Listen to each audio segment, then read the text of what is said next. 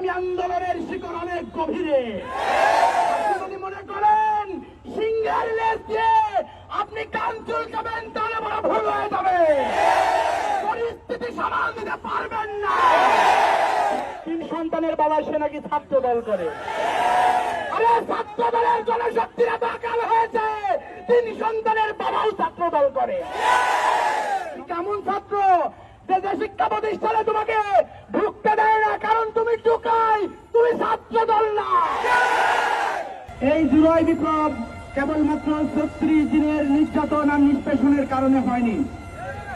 এই জুলাই বিপ্লব হয়েছিল গত 17 বছর যারা খুন, গুম, হত্যা, রাহাজানি, টেন্ডারবাজি, চাঁদাবাজি, অস্ত্রবাজি যারা করেছিল, এই টেন্ডারবাজি, অস্ত্রবাজির কারণে এদেশের মানুষ অতিষ্ঠ হয়ে তাদের বিরুদ্ধে একটি সর্বাত্মক লড়াই নেমেছিল।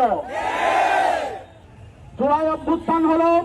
এই অভ্যুত্থান পরবর্তী সময় দেশের মানুষ মনে করেছিল নতুন করে আর কোন চাঁদাবাজির জন্ম হবে না, কিন্তু আমরা লক্ষ্য করলাম নতুন একটি সংগঠন, যেই সংগঠন যার প্রতিষ্ঠার পর থেকে কোনো ক্রিয়েটিভ কাজ করতে পারেনি, চাঁদাবাজকে এই তারা নতুন স্বাধীনতার পরে তারা সবচেয়ে বড় ক্রিয়েটিভ কাজে পরিণত করেছে।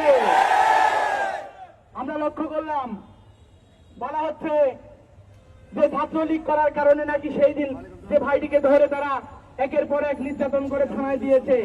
আমরা বলতে চাই, যদি ছাত্রলীগ আর ছাত্র দল এক না হয়, গত 2 দিন আগের রাতে চকবাজারে যেই ছাত্র দলে ব্যানার নিয়ে মিছিল করতে পারত না, তারা কিভাবে ছাত্র জনতার উপরে এভাবে গুলি চালাতে পারে? আমরা বলতে চাই, এই অস্ত্র কোথায় থেকে আসলো?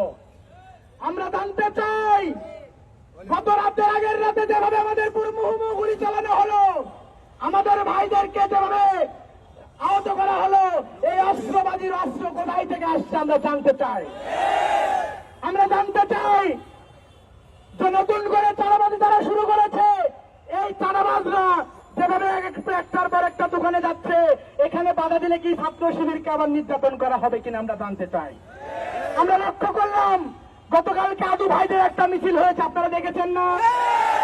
3 সন্তানের বাবা সে নাকি ছাত্র দল করে। আরে ছাত্র দলের জনশক্তিরা বাকাল হয়েছে, 3 সন্তানের বাবাও ছাত্র দল করে। সম্মানিত উপস্থিতি, কেবলমাত্র তাই না, আমরা দেখলাম যে কেমন ছাত্র দিনের বেলা সকালে আসে না, বিকাল বেলা কলেজের গেট ভেঙে কলেজে ঢুকতে চায়। তুমি কেমন ছাত্র যে শিক্ষা প্রতিষ্ঠানে তোমাকে ঢুকতে দেয় না?